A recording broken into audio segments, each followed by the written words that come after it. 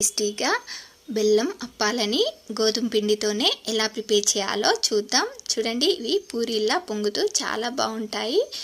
వీటిని చేసుకోవడానికి 1 కప్పు గోధుమ పిండి, అరకప్పు బొంబాయి రవ్వ, 1/2 కప్పు బెల్లము. మీరు బెల్లంకి బదులుగా షుగర్ని కూడా యాడ్ చేసుకోవచ్చు. కొంచెం ఇలాచీ పౌడరు, అలాగే ఒక 2 కప్స్ వాటర్ని యాడ్ చేసుకొని దీన్నంతా కూడా ఇలా బాగా మిక్స్ చేసుకోవాలి. మనకు బెల్లం మొత్తం కరిగేంత వరకు కూడా ఇలా బాగా మిక్స్ చేసుకోవాలి. చూడండి, దీన్ని ఒక 5-10 నిమిషాల పాటు నానబెట్టుకుంటే మనకు బెల్లం మొత్తం బాగా కరిగి రవ్వ కూడా వాటర్ని అబ్జర్వ్ చేసుకుంటుంది. ఇలా బాగా నానుతుంది. చూడండి, దీన్ని ఇలా బాగా మిక్స్ చేసుకున్న తర్వాత ఇప్పుడు ఇలా ఆయిల్ వేడైన తర్వాత వేడి ఆయిల్లో ఇలా వీటిని ఇలా గరిటెతో డ్రాప్ చేసేసుకోవడమే. చూడండి, ఇలా మనకు చాలా ఈజీగా చాలా టేస్టీగా ఇలా బెల్లం